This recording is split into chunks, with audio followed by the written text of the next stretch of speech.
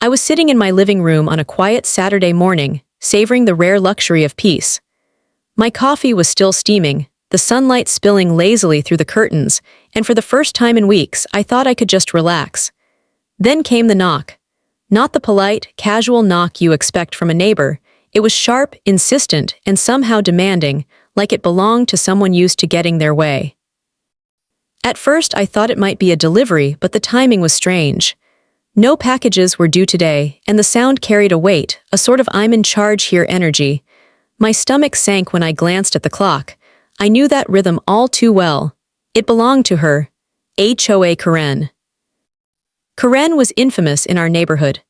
She had a way of showing up unannounced, armed with clipboards, measuring tapes, and a relentless sense of moral superiority. To her, rules were not guidelines. They were sacred commandments, and she was their self-appointed enforcer. She'd been behind countless petty fines, ridiculous complaints about landscaping, mailboxes, and in one memorable incident, a noise violation for a squirrel that apparently made too much racket in a tree. I had hoped, foolishly, it turns out, that she might be taking a day off. But the knock came again, louder, more insistent, echoing through the quiet house. My cat bolted under the couch, as if it too sensed the tension in the air. I set my coffee down and walked to the door slowly, trying to buy a few extra seconds to plan my response. When I opened the door, there she stood, clipboard clutched tightly, eyes sharp and calculating. She didn't bother with greetings. No good morning or how are you, just a brisk, commanding tone that made it clear she expected compliance. I'm here for an inspection, she said, her voice sharp, precise, and somehow judging the very air around her. I need to see your property, inside and out. Her presence was absurdly dramatic, almost cartoonish, but the threat underneath was real. She wasn't just a nosy neighbor, she was empowered by the HOA, and she believed her rules trumped common sense, privacy, and decency. I took a slow breath. I could feel a mix of amusement and irritation bubbling inside me, but more than that, there was a flicker of unease. There's something unsettling about someone who believes so completely in their own authority. I stepped aside, letting her in. The moment she crossed the threshold, I felt the energy in the room shift. Her eyes darted to every corner, scanning, measuring, taking notes. Every picture on the wall, every rug, every minor imperfection in the furniture arrangement seemed to be under her microscopic scrutiny. I noticed your mailbox is a bit unconventional, she said, pointing to the modern, sleek design I had installed last month. It might not comply with HOA guidelines. I raised an eyebrow, holding back a smirk. It's exactly within the official size limits, I replied calmly. She didn't hear me, or if she did, she ignored it, flipping her pen across the clipboard as if I hadn't spoken. Karen's movements were methodical, almost predatory. She measured the distance between the coffee table and the couch, jotted notes furiously, and occasionally muttered to herself. The tension in the room was palpable. She radiated an energy that said she would never leave until she had conquered every inch of my home with her authority. I wandered casually toward the kitchen, pretending to busy myself with a cup of water, but I was watching her, calculating how far she might push this. There was something deliciously ironic about the situation. She had no idea who she was dealing with. To her, I was just another homeowner, another citizen to lecture and intimidate. But I knew the game she had started, and I intended to let it unfold slowly. And then, just as I was about to pass her desk, she froze. Mid-step, mid-word, mid-sentence. Her pen hovered over the clipboard. Her eyes widened slightly, and for a fraction of a second, she looked unsure. It was subtle, almost imperceptible, but I caught it. Something had shifted. Something was about to happen that neither of us could have predicted. I didn't move, I didn't speak. I just waited, letting the silence stretch, heavy and tense. And in that silence, I could see the first cracks forming in her confidence. She had barged in expecting to intimidate, to assert control, and now I held the upper hand. Little did she know, the real story was only beginning. Karen's eyes were still wide, and her pen hovered over the clipboard as if it had suddenly grown heavy. I could tell she was recalculating her approach, though she didn't yet know why. I leaned casually against the counter, sipping water, letting her stew in that pause. A seasoned professional in a judge's robe doesn't panic. But Karen didn't know that. She thought she was the one holding the power. Finally, she cleared her throat and started again, her voice slightly less confident than before. I need to see everything. Every room, every corner, just to be sure it's all up to code. I nodded as though complying. Of course, right this way. She marched ahead, clipboard at the ready, measuring tape in hand, and began her ritualistic inspection. The living room was first. She circled the furniture, tapped the edges of tables, and frowned at the angles of the rugs. She muttered numbers under her breath, as though performing some complex calculus only she could understand. You have an unusual arrangement here, she said. Your sofa is 3 inches from the wall instead of the recommended 2.5. And that end table, it's a 1/4 inch off alignment. I suppressed a laugh. I could have argued that measuring furniture alignment was not exactly within HOA authority, but instead, I let her continue. Let her obsess. The more she focused on trivialities, the more ridiculous she looked. And the more ridiculous she looked, the more suspense built for anyone imagining this scenario from the outside. Next, she moved to the kitchen. She opened cabinets, inspecting the positioning of dishes and appliances like a detective examining a crime scene. She paused at the spice rack, squinting. These aren't alphabetized. That's unacceptable. I raised an eyebrow, careful not to smile. Is that an official rule? I asked, my tone casual but my eyes sharp.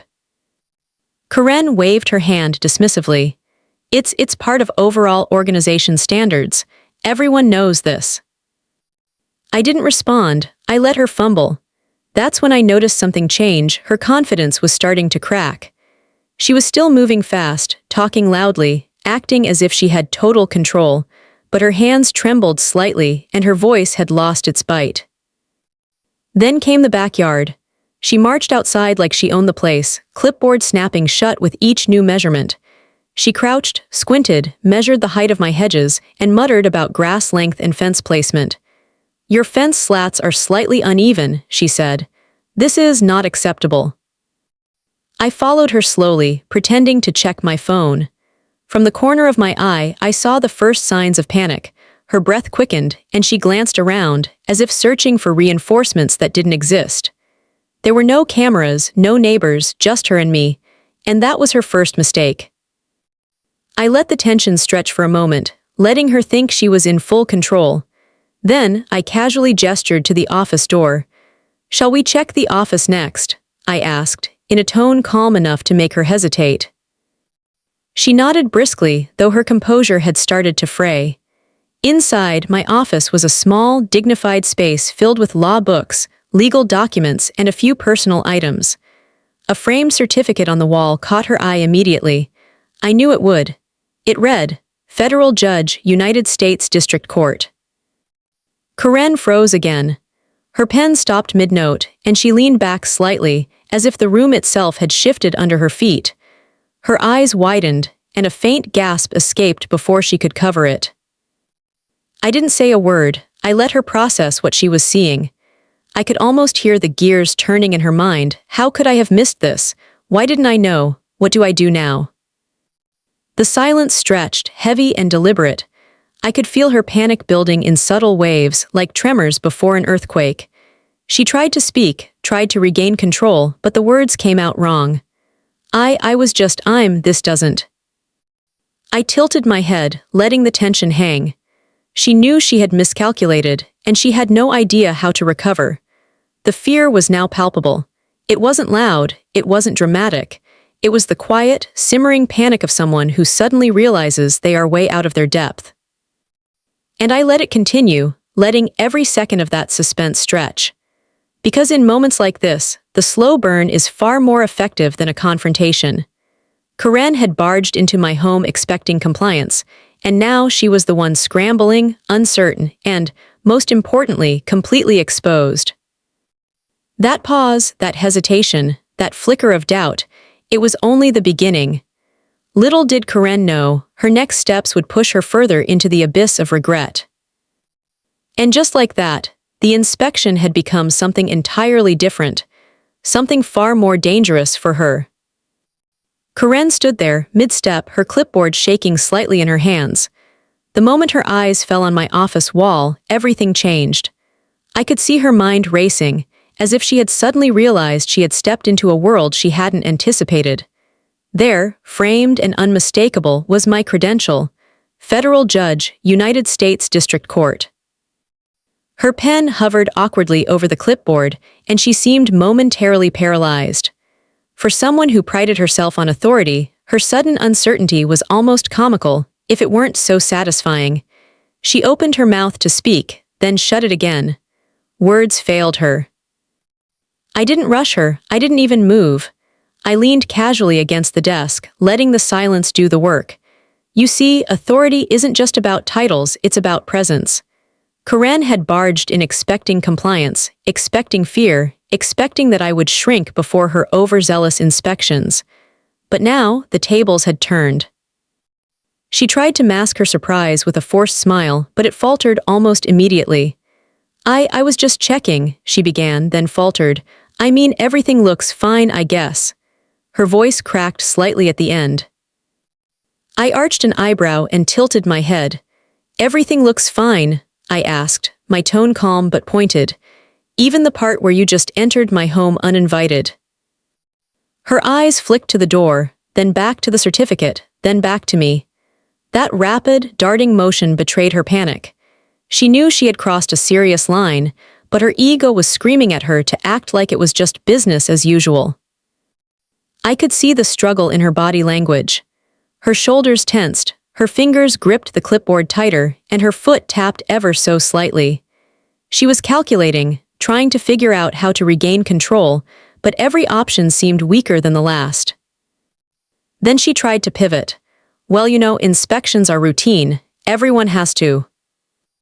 I held up a hand, cutting her off without raising my voice. Karen, I'm going to stop you right there. You didn't come here for routine inspections. You came here thinking you could intimidate me. I paused just long enough for the words to sink in. And that, as you might have guessed, was a serious mistake. Her face paled, though she tried to maintain a facade of composure. She stopped herself again, realizing every excuse sounded weaker than the silence. The neighbors could hear the commotion if she continued, and she wasn't used to losing control in front of witnesses. I took a slow step toward the desk, keeping my voice calm and steady. Karen, this isn't about fines. This isn't about rules. This is about trespassing. You entered my home without permission. That is a violation of the law. Do you understand what that means?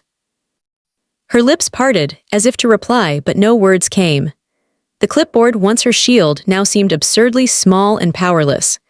She had entered my home expecting fear, but all she found was authority, real authority, backed by experience, backed by law, and backed by the unshakable calm of someone who knew exactly how far she could push. Her panic was now almost palpable.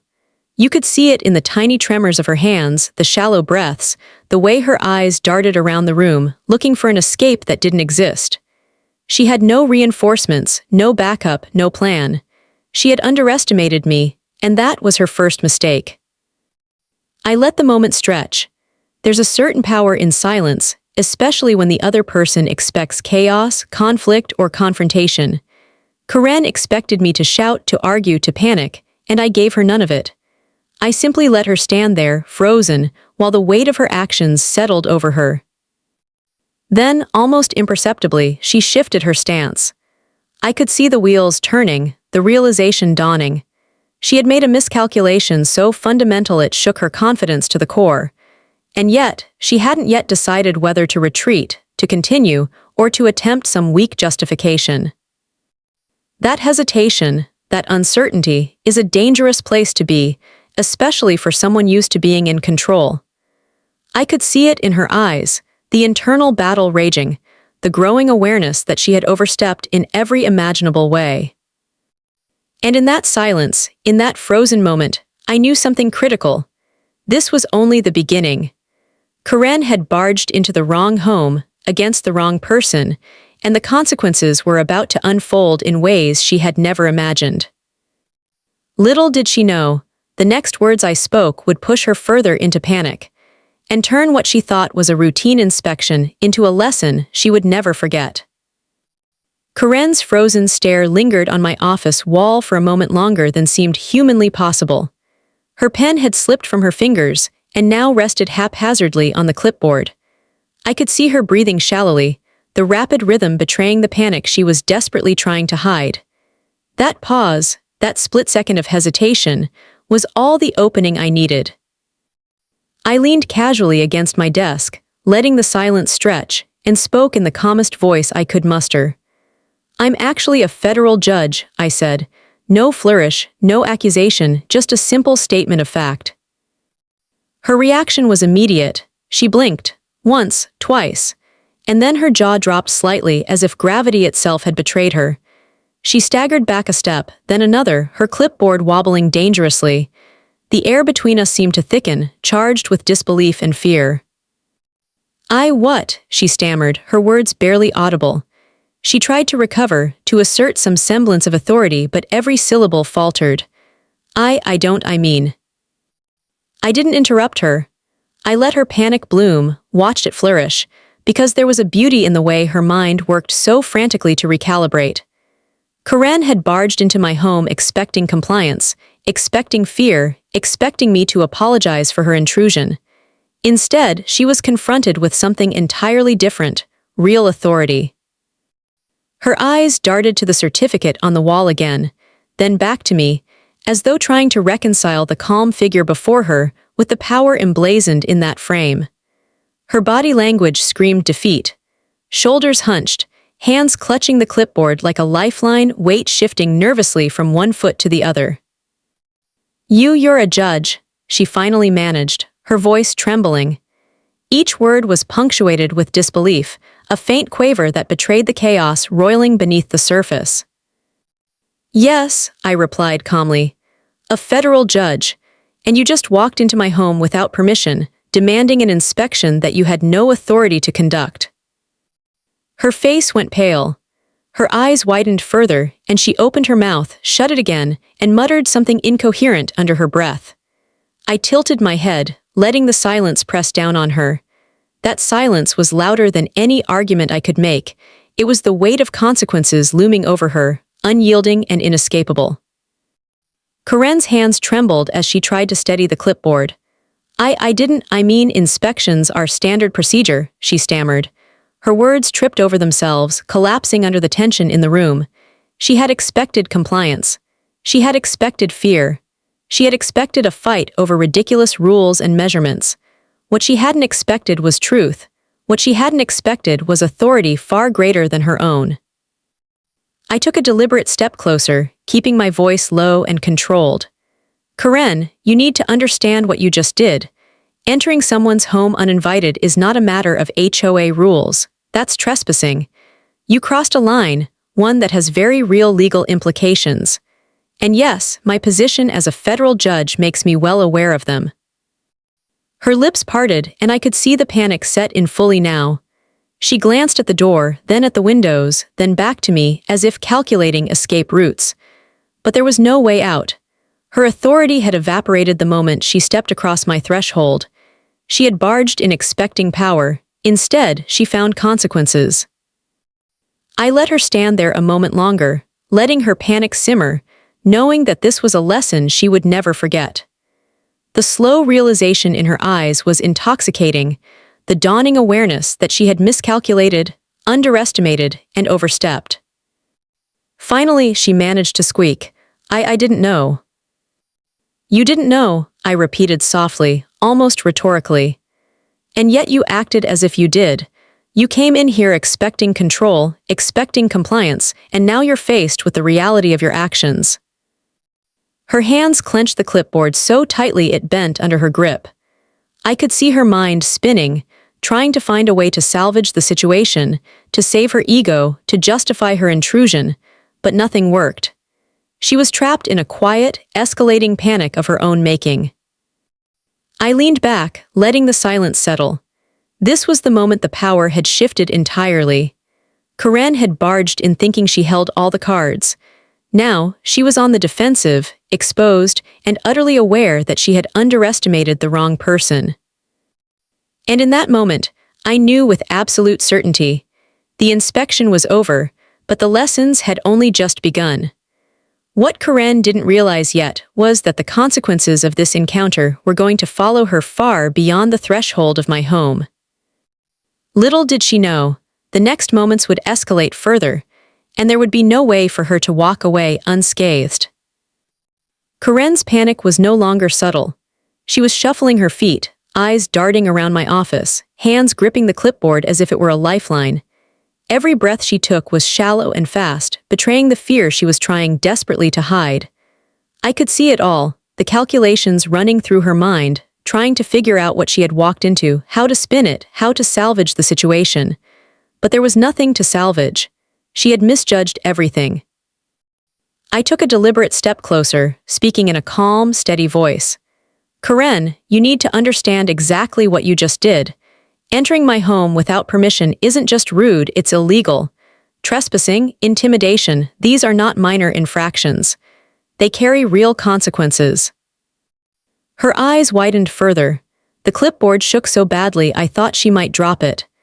I didn't. I was just, inspections are standard procedures, she muttered, her voice cracking in a way that made it obvious even she didn't believe what she was saying. I didn't interrupt. Instead, I let her words hang in the air like smoke.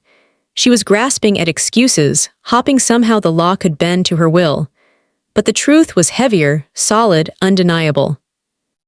You need to understand something, I continued, my tone even and unhurried. Rules exist for a reason, but rules do not give you permission to violate someone else's rights. You are a representative of the HOA, not the law. You are empowered to enforce guidelines, yes, but you are not above the law. And what you did today is a serious violation. Her face turned pale. I could see the wheels spinning in her head. She wanted to argue, to claim ignorance, to assert some authority, but every word she considered sounded weaker than the silence that now pressed down on her. She was trapped in the reality of her actions, and there was no way out. You see, I said, packing slowly in front of my desk, the law isn't negotiable. You barged into my home expecting fear, you expected compliance, you expected control. Instead, you walked straight into consequences. Do you understand what that means? She opened her mouth again, tried to respond, and closed it without a word. Her eyes flicked nervously toward the door, then back at me, then to the certificate on the wall. I could almost see the thought forming in her mind. How do I get out of this without looking completely ridiculous? I let the silence stretch, letting the tension build like a tightrope fraying under weight.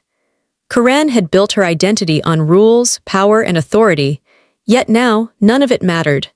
She had entered my home thinking she held the upper hand, and now she was the one trembling under scrutiny. You might be asking yourself, I continued, my voice calm but firm, what comes next? Well, there are consequences for trespassing. There are consequences for intimidation. There are consequences for assuming power you don't have. And because you've created a situation in front of witnesses, the potential fallout extends beyond you. Her hands trembled visibly. The clipboard rattled against her fingers, and I noticed a faint quiver in her jaw. I didn't need to raise my voice. She was already imagining the worst.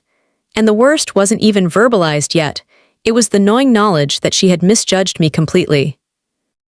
I took another slow step forward, letting my presence fill the room.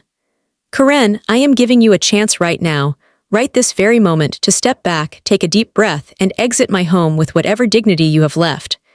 Because the alternative, well, you already know the law now. And the law doesn't care about your excuses, your position, or your HOA title. Her mouth opened again, but no words came. She swallowed hard, her face a mix of panic and disbelief. She had walked in thinking she was the judge, the authority, the one calling the shots. Now the tables were completely turned, and she was grasping at straws, realizing far too late that her overconfidence had been her downfall.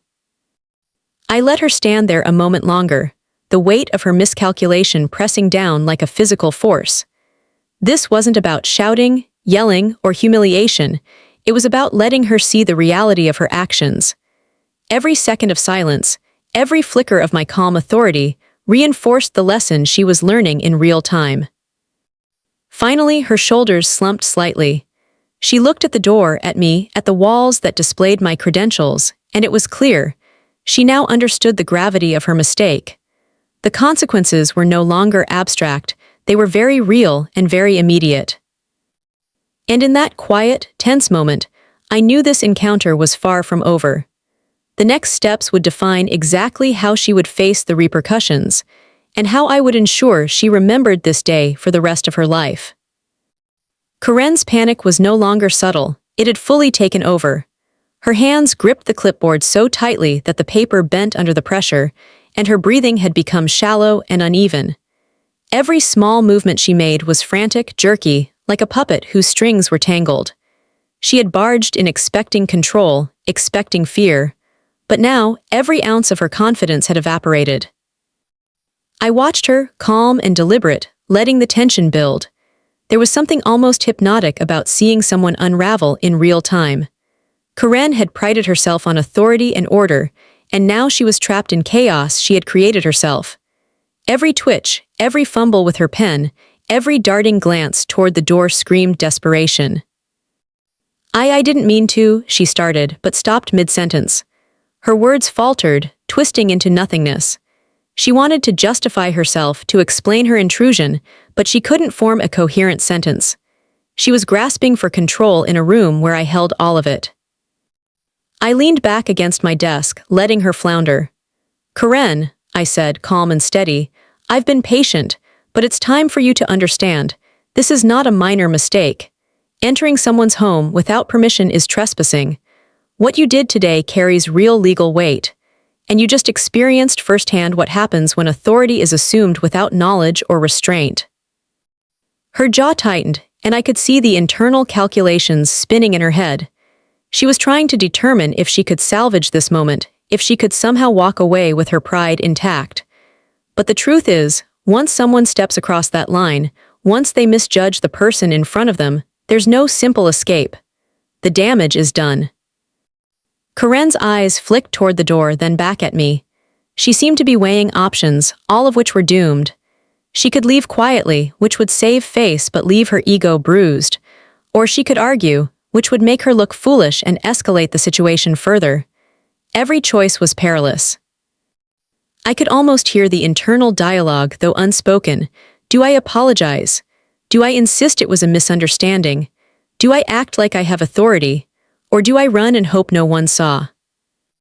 Before she could decide, I continued, letting my words add weight to the silence.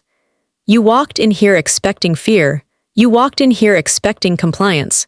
And now you're faced with the reality that not everyone submits to intimidation. Not everyone follows blindly. And certainly, not someone who knows the law better than you think. Her breathing hitched. She shifted from one foot to the other, clutching the clipboard like it was a shield. The desperation in her eyes was tangible, almost painful to witness, but also satisfying. Corinne had pushed boundaries, and now the boundaries were pushing back. I let a moment of silence linger. Every second was deliberate. In suspense, the mind races, imaginations flare, and uncertainty grows. Corinne could feel the weight of everyone's attention, herself, me, the empty space that could very well be filled with witnesses peeking through the windows. And with each tick of time, her panic grew, feeding on her imagination. I wasn't thinking," she finally admitted, her voice small, almost childlike. The admission was raw, unguarded, the first sign that she realized she had miscalculated in a way she could not undo. "Not thinking?" I asked quietly, tilting my head. "Corinne, this isn't about thinking, it's about respect. Respect for the law, for boundaries, for people who have authority beyond a clipboard. You entered my home expecting fear. That was your choice. And now you're learning that choice has consequences." She swallowed hard. The trembling in her fingers worsened, her voice faltering again. She glanced at the door one more time, as if imagining a way to escape without facing the fallout, but I could see the despair settling in. She was trapped by her own actions, and there was no easy way out. I let the moment linger, heavy with tension. In that silence, Karen realized two things simultaneously. She had overstepped, and there was no charm, no rule, no excuse that could undo what she had done. She was completely exposed. And in that moment, I knew the final act of this ordeal was near. Karen's desperation had reached its peak, and the next steps she took, hesitant, awkward, panicked, would determine whether she left with any shred of dignity or faced the full weight of her misjudgment. The quiet stretched, the tension thickened, and Karen's world, once so neatly controlled, teetered on the edge of collapse. By now, the tension in the room had reached a fever pitch. Karen's panic had transformed into full-blown desperation, her grip on the clipboard almost painful to watch. But as intense as the moment felt inside, I could sense that it was no longer just between the two of us. Something shifted, something that made the air even heavier. A faint shuffle at the window caught my attention. I glanced over casually, my voice calm, letting her fumble in silence. Through the corner of my eye, I saw the first signs of neighbors peeking out, curious faces pressed to glass, their expressions ranging from surprise to amusement. Karen hadn't expected this. She had barged in, believing herself to be the sole authority in the room, but now the audience had grown. Her eyes flicked toward the windows, then back at me, then toward the door, as if calculating escape routes. She realized too late that the presence of witnesses changed everything. Her authority had evaporated the second anyone else could see her actions. She had barged in expecting fear, and now the fear was all hers. I mean, she began, fumbling over her words, but nothing coherent came out. The more she tried to justify herself, the more awkward she appeared. Her carefully constructed facade of control was unraveling before an audience she hadn't even considered. I took a slow step closer, keeping my voice measured, calm, and deliberate. Karen, do you see what just happened? You walked in here expecting compliance. You expected me to shrink, to apologize, to accept your authority without question. But now you're exposed. And not just to me, you're exposed to everyone who can see what you've done today. Her face paled. I could see the panic escalate further, a deepening awareness that her reputation, her carefully curated image of control and superiority, was crumbling in real time. Her gestures became jerky, frantic. She shuffled papers on the clipboard, muttered something under her breath, and for a brief moment, seemed paralyzed entirely. I let the silence hang. It was a strategic move. Suspense has power. It allows the mind to race, to imagine consequences, and to amplify fear. Karen was living it in real time, and I didn't need to add anything more. She could feel the weight of every judgmental eye that might be watching from the street or nearby windows, imagining the conversation in hushed whispers. You have a choice right now, I said calmly, taking another step closer.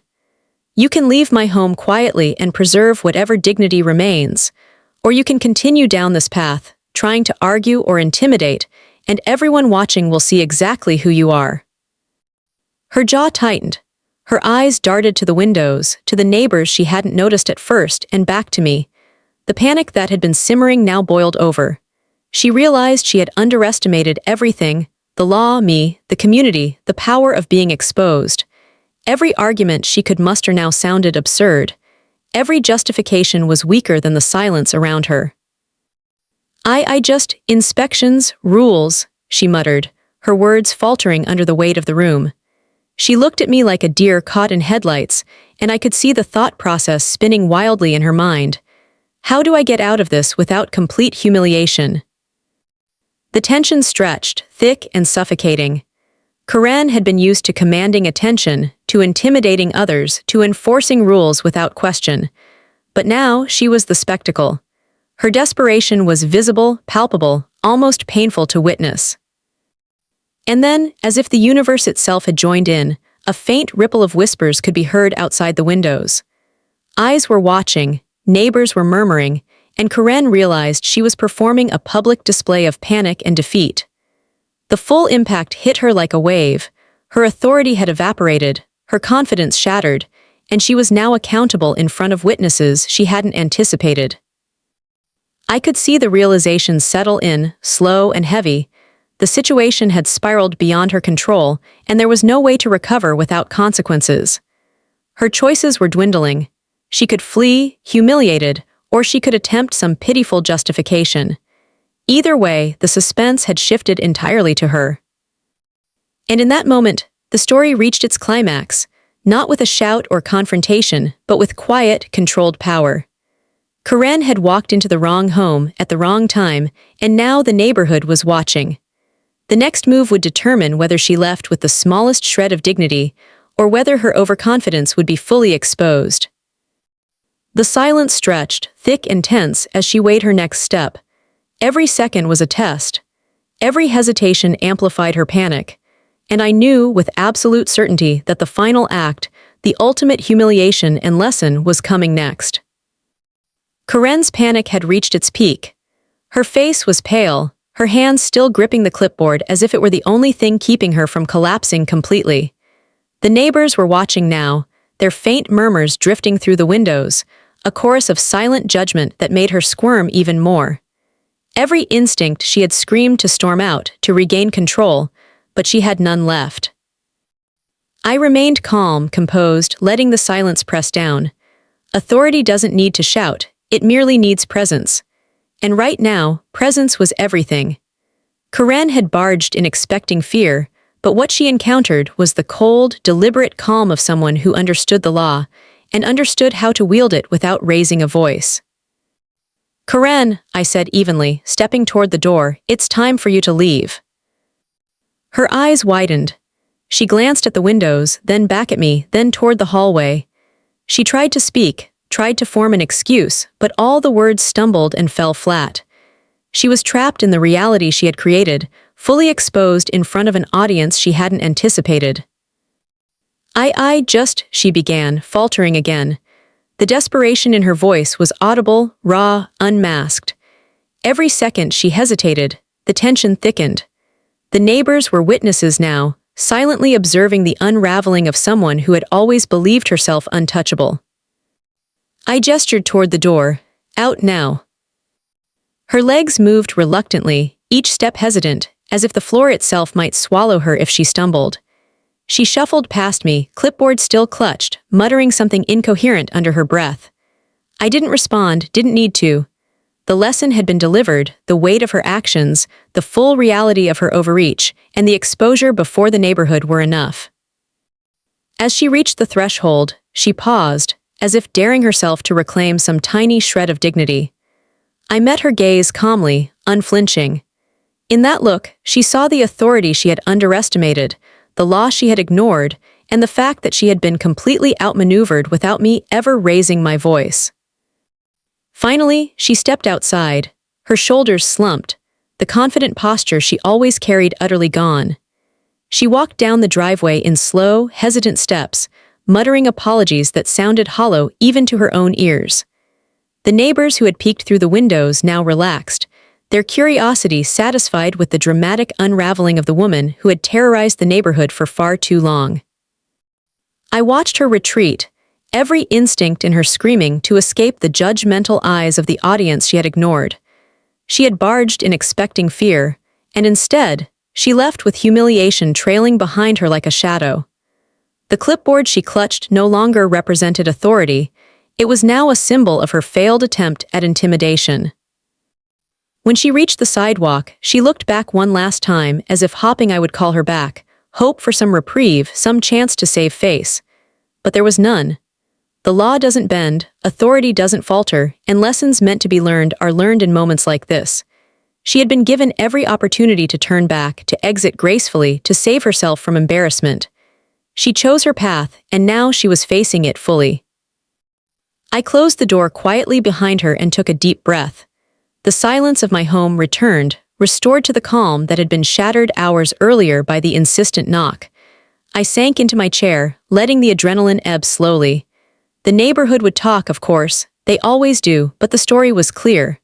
Karen had overstepped. She had misjudged me, and she had learned the consequences in a way she would never forget. I glanced at the office wall again, at the certificate that had triggered the chain of events. It wasn't just a piece of paper. It was a shield, a reminder that knowledge, calm, and authority often speak louder than anger or intimidation. Karen had believed herself in control, but the truth had been far more powerful. And as I sipped my coffee, finally cold but still comforting, I realized something else. Sometimes the most satisfying victories don't come from confrontation or retaliation. They come from presence, patience, and letting the weight of truth do the work. Karen had entered expecting a fight, but what she received was far more enduring, a lesson etched into memory, witnessed by those who mattered, and delivered without a single raised voice. The quiet returned fully. The house felt calm again, restored to order. And somewhere down the street, I imagined Karen replaying the encounter in her mind, realizing exactly how badly she had miscalculated. I allowed myself a small, satisfied smile. Sometimes justice doesn't have to shout, it just has to wait and let the truth speak for itself. And with that, the story ended, not with chaos or confrontation, but with the quiet, lasting authority of someone who had held their ground and let the consequences speak louder than words ever could. Every HOA has a story on HOA headaches. You'll hear the ones they tried to bury. Subscribe today.